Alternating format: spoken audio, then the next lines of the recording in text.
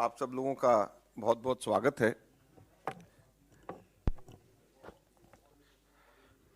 आज एक बहुत महत्वपूर्ण विषय के ऊपर आप सब लोगों को बुलाया गया है। कुछ आप लोगों को और आपके माध्यम से दिल्ली की और देश की जनता को कुछ याद हम लोग दिलाना चाहते हैं। अरविंद केजरीवाल जी और आम आदमी पार्टी, आप दोनों का गठन जो हुआ था वो भ्रष्टाचार को दूर करने के लिए और लोकपाल को स्थापित करने के लिए हुआ था। तो आज कांग्रेस पार्टी केजरीवाल जी से पूछना चाहती है, mister Kejriwal, where is Lokpal? और आज केजरीवाल जी के ऊपर, उनके मंत्रियों के ऊपर भ्रष्टाचार के ना केवल ईडी चार्जेस लगा रहा है बल्कि सबूत भी दे रहा है। तो ऐसे समय के ऊपर दिल्ली की जनता यह पूछना चाहती है कि इसकी इंक्वायरी करने के लिए हम किसका दरवाजा खटखटाएं? और mister Kejriwal, where is Lokpal? तो इसलिए आगे कुछ बोलने से पहले हम लोग दो यहां पर ये रिलीज करना चाहते हैं, जिसको सोशल मीडिया में भी हम लोग डाल रहे हैं। और जब तक आज हम लोगों की प्रेस कॉन्फ्रेंस चलेगी, ये जिप फाइल ये चलती रहेगी। ये दो चीजें हैं, और एक तो वेयर इज लोकपाल और दूसरा see no Lokpal, hear no Lokpal, talk no Lokpal. Kejriwal ji ने अब लोकपाल के ऊपर शोर मचाते मचाते अब अपने मुंह के ऊपर लोकपाल का नाम लेना ही बंद कर दिया, उसके ऊपर ताला लगा दिया। मैं आप लोगों के माध्यम से केजरीवाल जी से पूछना चाहूंगा कि दिल्ली विधानसभा के अंदर स्पेशल सेशन हर विषय के ऊपर, किसी ना किसी विषय के ऊपर बुलाया जाता है, और पावर चाहिए उसके लिए बुलाया जाता है। एमएलएस को साथ में पैदल मार्च करके उपराज्यपाल निवास के ऊपर प्रदर्शन करा जाता है कि टीचर्स को फिनलैंड भेजा जाए। एलजी हाउस में वेटिंग रूम के अंदर एयर कंडीशन कमरे के ऊपर अंदर धरना दिया जाता है, एक एक दो दो दिन, तीन तीन दिन लगातार, की पावर्स और दी जाएं। लेकिन 2014 के बाद से अब तक के पिछले 9 वर्षों के अंदर क्या केजरीवाल जी ने एक बार भी कोई प्रदर्शन लोकपाल के लिए किया? और ये आज हम लोग कांग्रेस पार्टी पूछ इसलिए रही है कि 2014 में कांग्रेस पार्टी के समर्थन से जब इनकी सरकार थी, तो 14 फरवरी 2014 को, आज जो है, आज क्या तारीख है? 4 है, 5 है, 4 फरवरी 2023 है। और 14 फरवरी 2014 को यही केजरीवाल जी ने सपोर्ट कांग्रेस की होने के बाद भी इन्होंने सरकार को डिसॉल्व करने के लिए कह दिया, ये इस बात को लेकर के कि लोकपाल पास नहीं हो पा रहा है। और इन्होंने कहा कि हम लोग पूरी मेजॉरिटी के अंदर, हम जनता के बीच में दोबारा जाएंगे और पूरी मेजॉरिटी के अंदर आएंगे, और पूरी मेजॉरिटी के अंदर हम आएंगे और हम लोकपाल लेकर के आएंगे। इस वायदे के साथ में दोबारा जनता के बीच में गए। तो जो 14 फरवरी 2014 को केजरीवाल जी ने सरकार को डिसॉल्व करा लोकपाल को लेकर के, और कहा कि हम जनता के बीच में दोबारा जाएंगे लोकपाल लेकर के, आज हम लोग केजरीवाल जी से पूछना चाहते हैं कि वो लोकपाल कहां है? और उसके बारे में आपने पूरी तरीके से चुप्पी साध ली। 9 साल तक के आपको वो लोकपाल की आपको कोई भी जरा सा भी कोई ध्यान तक नहीं आ रहा है। और सिर्फ यही नहीं, हैरानी की बात है, मैं आप लोगों के सामने आज रखना चाहता हूं कि दिल्ली के अंदर कांग्रेस पार्टी ने, शीला दीक्षित जी की सरकार ने लोक आयुक्त का एक्ट पास करके लोक आयुक्त की स्थापना करी थी। केजरीवाल जी का यह कहना था कि लोकपाल और स्ट्रांग है, हम भी मानते लोकपाल और स्ट्रांग है, होना चाहिए, लेकिन जो कमजोर लोक आयुक्त है उसकी तरफ भी इनका कोई तवज्जो नहीं है। 2020 के अंदर लोक आयुक्त जब रिटायर हुआ उसके बाद 2022 तक के 2 साल इन्होंने लोकायुक्त को अपॉइंट ही नहीं किया। कोर्ट ने, हाई कोर्ट को ऑर्डर्स करने पड़े, जब जाकर के नया लोकायुक्त अपॉइंट हुआ। 2017-18 के अंदर आखिरी एनुअल रिपोर्ट लोकायुक्त की विधानसभा के पटल पे ले हुई। 2017-18 से लेकर के अब तक के लोक आयुक्त जो है उसकी रिपोर्ट, पिछले 6 सालों से की रिपोर्ट अभी तक के विधानसभा के ऊपर, एनुअल रिपोर्ट जो कि आनी चाहिए वो अभी तक के विधानसभा के पटल पे रखी नहीं गई एलजी के अप्रूवल के बावजूद। डायरेक्टर ऑफ इन्वेस्टिगेशन लोक आयुक्त के पास में होता है, डायरेक्टर इन्वेस्टिगेशन की पोस्ट खाली पड़ी हुई है। एलजी के अप्रूवल के बावजूद डायरेक्टर इन्वेस्टिगेशन लोकायुक्त के पास में ही नहीं है अभी भी। कमजोर लोकायुक्त, उसके पास में कमजोर लोकायुक्त के पास में पावर्स नहीं, लेकिन फिर भी डायरेक्टर इन्वेस्टिगेशन तक के उसकी अपॉइंटमेंट अभी तक के केजरीवाल ने नहीं करी एलजी के अप्रूवल के बावजूद। तो आज हम आपसे पूछते हैं केजरीवाल साहब, सबसे पहले कि लोकपाल कहां है? लोकपाल को तो छोड़िए, लोकायुक्त के भी आपने हाथ पांव काट दिए। उसकी भी एनुअल रिपोर्ट आप 2017 के बाद में आप सदन पटल पे नहीं रखे। इसलिए नहीं रख रहे कि लोकायुक्त ने अपनी रिपोर्ट में बार बार यह कहा है कि उसको काम नहीं करने दिया जा रहा। इसलिए सदन पटल पे नहीं रख रहे कि लोकायुक्त ने अपनी रिपोर्ट में बार बार यह कहा है कि उसको पूरी की पूरी उसके जो पर्सनल की जरूरत है, उसको जो अपने पीएन्स की जरूरत है, अपने कर्मचारियों की जरूरत है, डायरेक्टर इन्वेस्टिगेशन की जरूरत है, वो उसको नहीं दिया जा रहा। इसलिए वो रिपोर्ट सदन के पटल पे पब्लिक के सामने ही नहीं रखा जा रहा। ये आरटीआई के एक्टिविस्ट, वो व्यक्ति जो भ्रष्टाचार को दूर करने के नाम पे, वो व्यक्ति जो कि लोकपाल को लेकर के आने के नाम के ऊपर सत्ता में आए, वो व्यक्ति लोकपाल को लाना तो दूर, लोकपाल की बात करना तो दूर, लोकायुक्त जो पुराना इंस्टीट्यूशन है उसको भी खत्म कर रहे हैं। आज हम ये बात आप लोगों के माध्यम से दिल्ली की जनता के सामने रखना चाहते हैं। अब ये शराब का घोटाला क्या है, शराब का लिकर स्कैम क्या है? लिकर स्कैम सीधे सीधे अब यह एस्टैब्लिश हो गया है कि कम से कम 100 करोड़ की रिश्वत ली गई है, कम से कम 100 करोड़ की रिश्वत। और उसके अंदर फेस टाइम के ऊपर केजरीवाल से बिजनेसमैन से बात कराई गई, और बिजनेसमैन से बात कराने के बाद होलसेल डीलर्स को, जो प्राइवेट होलसेल डीलर्स हैं, उनको 12% कमीशन 5% से बढ़ा करके 12% कमीशन ये करी गई। और उसके अंदर शर्त ये रखी गई कि 6% किकबैक आम आदमी पार्टी और केजरीवाल को दिया जाएगा। और मनी ट्रेल भी एस्टैब्लिश हो गया है कि वो पैसा 100 करोड़ रुपए गोवा के इलेक्शंस के अंदर आप पार्टी ने इस्तेमाल किया और कांग्रेस के खिलाफ में किया, क्योंकि जो वोट वहां पर उनको मिले वो कांग्रेस के खिलाफ में मिले। तो केजरीवाल ने कांग्रेस को हराने के लिए, कांग्रेस को नुकसान पहुंचाने के लिए केजरीवाल ने 100 करोड़ का स्कैम किया है। और इनको कोई नैतिक अधिकार, केजरीवाल और इनके मंत्रियों को, जो जिनका नाम इसमें है, चाहे वो मनीष सिसोदिया, चाहे सत्येंद्र जैन को, इनको कोई नैतिक अधिकार नहीं है कि अपनी कुर्सी पे एक सेकंड भी और रह जाएं। 6% 12% में से किकबैक दिया गया। यह एस्टैब्लिश हो गया कि एडवर्टीजमेंट्स जो दिए गए वहां पे गोवा में, वो एस्टैब्लिशमेंट, वो एडवर्टीजमेंट्स के पैसे इसी किकबैक से दिया गया है। ये ईडी के चार्जशीट में मेंशन है। ये एस्टैब्लिश हो गया है कि 70 लाख रुपए इनके वॉलंटियर्स को इसी पैसे में से दिए गए, जो जिन लोगों ने आगे सर्वे किया गया, वो मनी ट्रेल एस्टैब्लिश हो गई है। जब इसके अंदर प्रूफ आ गया है, जब मनी ट्रेल एस्टैब्लिश हो गई और पीएमएलए के कोर्ट ने थर्सडे को संज्ञान लेकर के चार्जशीट को फाइल करने के लिए ईडी को कह दिया है, तो उसके बाद में क्या नैतिक अधिकार केजरीवाल को है कि वो एक सेकंड भी अपनी पोस्ट पे रह जाएं? तो आज कांग्रेस पार्टी इनसे पूछना चाहती है। इसी प्रकार से जैन हवाला डायरी कांड के दौरान माधवराव सिंधिया जी का केवल नाम आया था, कोई चार्जशीट भी उस वक्त नहीं हुई थी, उन्होंने इस्तीफा दे दिया था।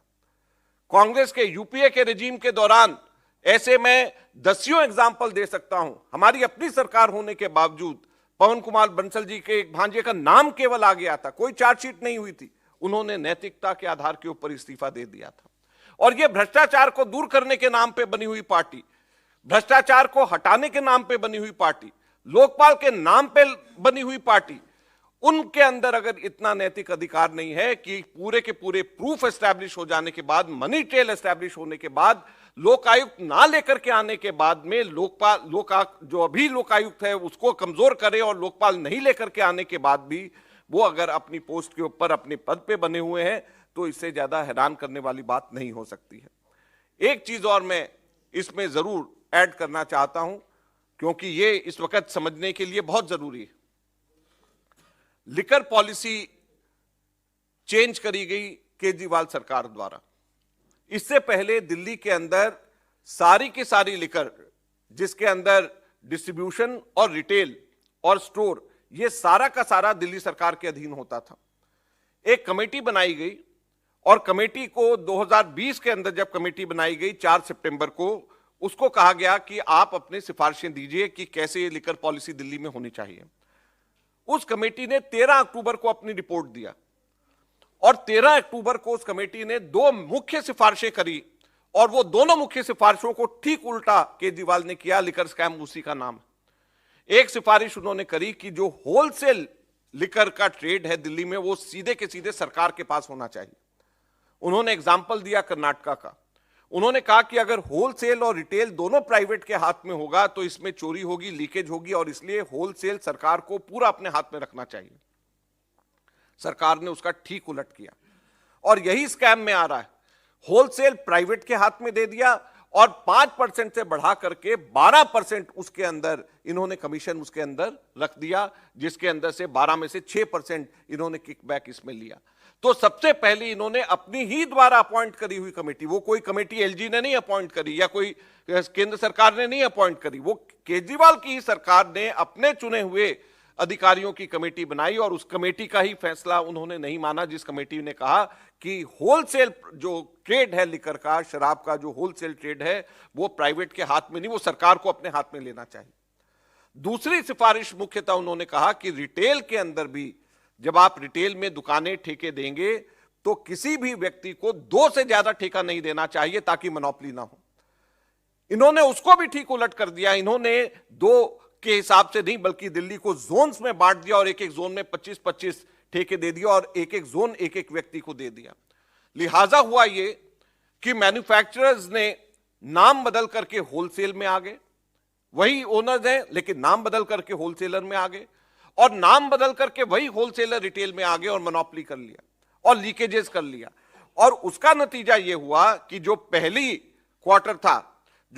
क्वार्टर था उसके अंदर अकेले पहले क्वार्टर में 1870 करोड़ का नुकसान राजस्व का दिल्ली सरकार को हुआ, बावजूद इसके कि विस्की की सेल 59.6% बढ़ गई और वाइन की सेल 87.25% बढ़ गई। आपको याद होगा उन दिनों जब नया नया यहां पे दिल्ली में प्राइवेट शुरू हुए थे तो इन्होंने सेल लगा दिया, किसी ने 1+1 फ्री कर दिया, और जब सेल लगाया 1+1 फ्री कर दिया तो दिल्ली में 59.6% विस्की की सेल बढ़ गई, 87.25 वाइन की सेल परसेंट बढ़ गई, लेकिन राजस्व टोटल जो है, जो रेवेन्यू टोटल है, वो 1870 करोड़ रुपया कम हो गया, क्योंकि उसके अंदर जो किकबैक जो दिया जाना था, जो उसमें लीकेजेस हो रही थी, वो सारी की सारी चीजें इसमें नजर आई। आप सोचिए 1870 करोड़ का केवल एक क्वार्टर के अंदर, एक 4 माही के अंदर, केवल एक क्वार्टर के अंदर, एक 3 माही के अंदर केवल 1870 करोड़ का नुकसान दिल्ली के राजस्व को हुआ। ये मैग्नीट्यूड है करप्शन का। तो आज हम लोग, कांग्रेस पार्टी ये मांग करती है कि केजरीवाल और उनके जो 3 मंत्री हैं, उनको कोई नैतिक अधिकार नहीं है कि वो अपने पोस्ट पे रहे और लोकपाल लेकर के आए, लोकपाल के लिए एजिटेशन करें। कांग्रेस पार्टी संसद के अंदर विपक्ष होने के नाते भी इनको सपोर्ट करेगी, दिल्ली के अंदर लोकपाल लेकर के आए। और लोकपाल के लिए जो वायदा था इन्होंने 2014 में, जो लोकपाल का बिल जो प्रारूप था उसी को लेकर के आए, ये नहीं कि उस लोकपाल को कोई जोकपाल बना करके ले आए, किसी और फॉर्म में लेकर के आए। तीसरा, हम लोगों का ये कहना है कि जो दिल्ली में ऑलरेडी फंक्शनल लोकायुक्त है उसको स्ट्रेंथन करा जाना चाहिए, उसको डायरेक्टर इन्वेस्टिगेशन मिलना चाहिए, उसको पूरी आर्थिक ऑटोनॉमी मिलनी चाहिए, उसको पूरी ताकत मिलनी चाहिए, ताकि अगर हम लोग, कोई भी दिल्ली की जनता कंप्लेंट करने के लिए एमएलए के खिलाफ, मिनिस्टर्स के खिलाफ में कंप्लेंट करने के लिए अगर जाए तो कहां पे जाए? एक तो लोकपाल नहीं बनाया, दूसरा जो पुराना लोकायुक्त है उसको भी पंगु कर दिया, उसको पर्सनल नहीं दे रहे, उसको ऑफिसर्स नहीं दे रहे, उसको पीएन नहीं दे रहे, उसको डायरेक्टर इन्वेस्टिगेशन नहीं दे रहे। तो किस तरीके से ये लोग अपने आप को ये कहते हैं कि हम लोग भ्रष्टाचार के खिलाफ लड़ने के नाम पे, आंदोलन के नाम पे हम लोग पार्टी बन करके आए हैं, जो कि भ्रष्टाचार में भी लिप्त है और भ्रष्टाचार को दूर करने के लिए जो औजार हैं, पुराने औजार हैं, उसको खराब कर रहे हैं और नए औजार बनाने की बात की तो जिसके नाम पे सत्ता में आए थे उसका तो नाम भी ये लोग नहीं ले रहे हैं। तो आज मुख्यतः इस विषय पे हमने आपको आमंत्रित किया है। मैं उम्मीद करता हूं कि केजरीवाल का असली चेहरा आप लोगों के माध्यम से आप जनता को बताएंगे, दिखाएंगे कि किस प्रकार से भ्रष्टाचार को हटाने के नाम पे बनी हुई पार्टी खुद भ्रष्टाचार में लिप्त है, किस प्रकार से लोकपाल को लेकर के आने वाली के वायदे को लेकर के आने वाली पार्टी लोकपाल को लाना ही भूल गई। कांग्रेस के समर्थन में बनी हुई सरकार 14 फरवरी 2014 को इसी नाम पे केवल कि हम लोकपाल नहीं लेकर के आ रहे, हम हट रहे हैं यहां से, अब वो किस मुंह से आप लोगों के या जनता के सामने जाएंगे ये तो वही जाने। लेकिन हमारा फर्ज है एक विपक्षी पार्टी होने के नाते हम आपके माध्यम से जनता को सचेत करते हैं। धन्यवाद। 3 मंत्री इसके अंदर जीओएम बना था। दानिक्स के एक ऑफिसर ने इसके अंदर यह कहा है कि मुख्यमंत्री आवास के ऊपर उनको जीओएम की मिनट्स दे दिए गए और वहां पर मनीष सिसोदिया, सत्येंद्र जैन और अरविंद केजरीवाल मुख्यमंत्री आवास पे तीनों के तीनों मौजूद थे और जीओएम की मिनट्स जो उसको दिए गए ये बगैर डिस्कशन के दिए गए, जिसमें 5% से बढ़ा करके 12% जो होलसेल के लिए परसेंटेज डाला गया और उसी 12% का अब ईडी ने ये कहा है कि उसी 12% में से 6% किकबैक के रूप में इनको वापस मिला है, जो कि अब एस्टैब्लिश हो गया। तो इसलिए जो 3 मंत्री जो जीओएम के थे, जो बगैर किसी डिस्कशन के, क्योंकि बातचीत वो नायर साहब जो है कहीं और से बात करके कहीं और फाइनल हो रहा था, तो जीओएम में डिस्कशन तक नहीं हुआ और 12% होलसेल के रेट्स तय हो गए, जिसमें से 6% किकबैक में आना था। और इसी वजह से ये जीओएम जो बने थे इसमें तीनों के तीनों थे और मुख्यमंत्री आवास के ऊपर ये उनको दिए गया जीओएम के मिनट्स की कॉपी, तो इसलिए लिहाजा ये तीनों के तीनों जिम्मेवार है। अगर वो सरकार में और सत्ता में होते तो हम उनसे भी कहते रिजाइन करें। भाई जो मुख्यमंत्री हैं और वो रेजिग्नेशन को इन्फ्लुएंस कर सकते हैं तो उनको रिजाइन करना चाहिए। जब मुख्यमंत्री और मंत्री जो इन्वेस्टिगेशन को इन्फ्लुएंस कर सकते हैं, हम इसीलिए तो कह रहे हैं। मैंने तो आपको बताया कि हमने तो आपको 2 एग्जाम्पल माधवराव सिंधिया जी का भी दिया, पवन बंसल जी का भी दिया। मैं आपको एक और एग्जाम्पल दे देता हूं। मैं खेल मंत्री बना था 19 जनवरी 2011 को। जैसे ही मैं 19 जनवरी को मैं मंत्री बना, मेरे सामने फाइल आई कि सुरेश कलमाडी जी CWG के ऑर्गेनाइजिंग कमेटी के चेयरमैन हैं। सीबीआई ने कहा कि हम इन्वेस्टिगेशन करना चाहते हैं, जब तक कि उनको हटाया नहीं जाएगा CWG के ऑर्गेनाइजिंग कमेटी के चेयरमैन से, जब तक कि हम इन्वेस्टिगेशन नहीं कर पाएंगे। मैंने 3 दिन के अंदर अंदर मैंने उनको CWG Commonwealth Games organising committee के चेयरमैन से विदिन 3 डेज मैंने परमिशन लेकर के उनको हटाया। उसके बाद सीबीआई की इंक्वायरी हुई और उनको जेल जाना पड़ा और वो कांग्रेस के सांसद थे। हम लोग जब आपसे, आपके माध्यम से केजरीवाल से मांग कर रहे हैं तो अपने पुराने काम जो हम लोगों ने भ्रष्टाचार के खिलाफ में हमारी नो टॉलरेंस पॉलिसी थी, हम उसको सामने रख करके हम केजरीवाल से मांग कर रहे हैं।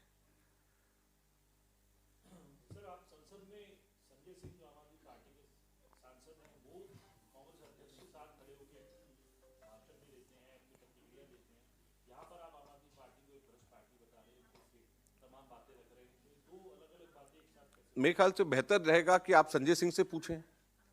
जो कांग्रेस पार्टी का स्टैंड है दिल्ली के मुतालिक, वो तो मैंने आपको आपके सामने रखा ही है। ये तो आप संजय सिंह से पूछें। जहां तक कि कांग्रेस पार्टी की बात है, मैं जब यहां पर कांग्रेस पार्टी के प्लेटफॉर्म पे केजरीवाल के और उसके मंत्रियों के इस्तीफे की मांग कर रहा हूं, तो ये तो कांग्रेस पार्टी मांग कर रही है ना।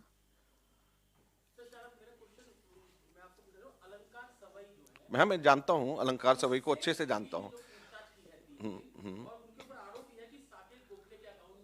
मैं ये कह रहा हूं कि कोई भी इंक्वायरी जो होती है उसकी इंक्वायरी होनी चाहिए। हम इंक्वायरी के रोकने के खिलाफ में तो नहीं है। हम तो इस वक्त ये कह रहे हैं, मैंने बात करी है केजरीवाल के ऊपर और उनके मंत्रियों के ऊपर जो ईडी की कार्रवाई हुई है। हम ये कह रहे हैं कि इसकी कार्रवाई को निष्पक्ष तरीके से बगैर किसी दबाव के हो, इसके लिए जरूरी है कि केजरीवाल और उसके मंत्री इस्तीफा दें। धन्यवाद।